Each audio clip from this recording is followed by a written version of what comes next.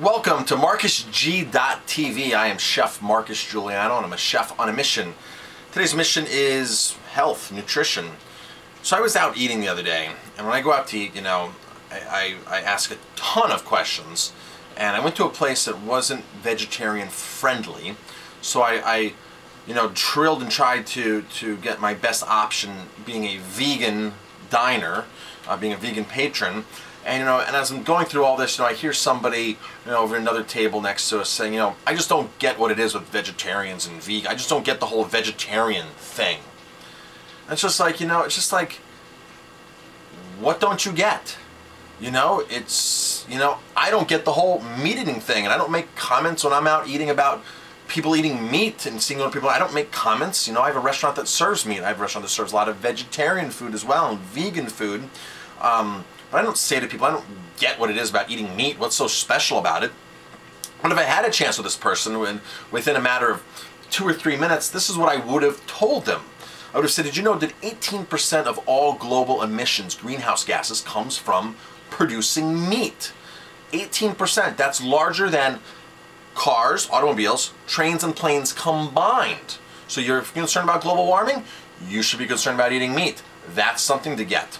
Another thing I would have pointed out to this person was, we're in a drought in, 20 states, 25 states, 30 states, we're in a drought. Do you know it takes 2,500 gallons to 5,000 gallons per pound of beef?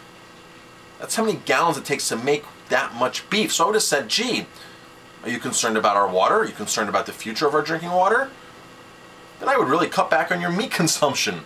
I would have also said, there's 10 billion animals slaughtered everywhere in every year in the U.S. It's more than we have citizens on the globe. It's more than population that's on the globe. In fact, we have more chickens that are killed in the U.S. than the population of the U.S.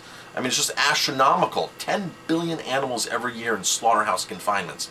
I've also said to this person, are you aware of the BP oil spill and how detrimental that was to the environment? Of course, people know those effects. I said, I would have then explained that the excrement from farms, from factory farms, runs down the Mississippi and runs into what's called the dead zone in the Gulf of Mexico.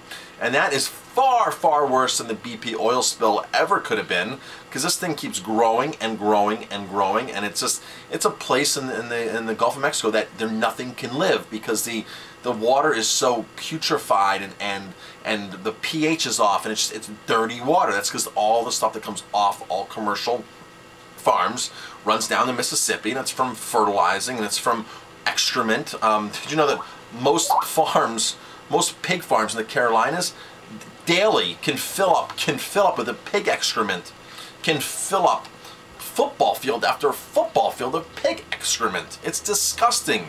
I don't know any religion that really endorses eating meat.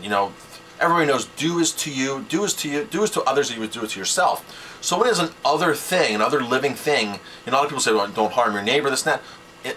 Aren't deer our neighbors? Aren't squirrels our neighbors? Aren't all these our neighbors? Dogs, we bring dogs into our lives, but we won't bring, we don't show the same affection towards a cow. In fact, we look at a cow as totally opposite. If you've ever been around cattle, they're very smart animals. And all these animals are very smart and very social. I've been surrounded by a whole sea of cattle out and out on a grass pasture farm. They're very social. They bring their babies up to you. I was walking, within 4 or 5 feet of 1,200-pound bulls. It's an amazing, amazing experience. You wouldn't want to eat them after you would do that. Pigs are extremely intelligent. Chickens, but people don't look at it like that.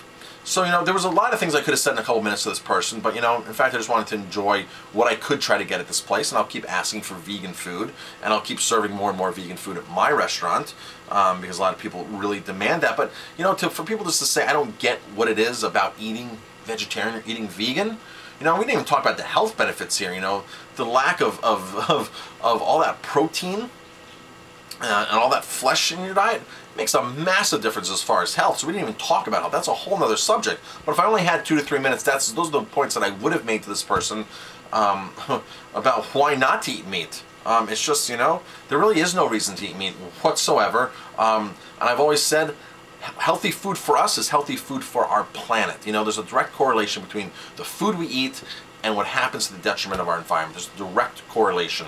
I am Chef Marcus Giuliano. I tried to shorten this video down real quick today. Just want to get my point out about being vegan and some of the environmental and social aspects of being vegan and trying to eat vegan. Thank you for watching. If you like this video, click like, subscribe, share, pass it on, spread the word.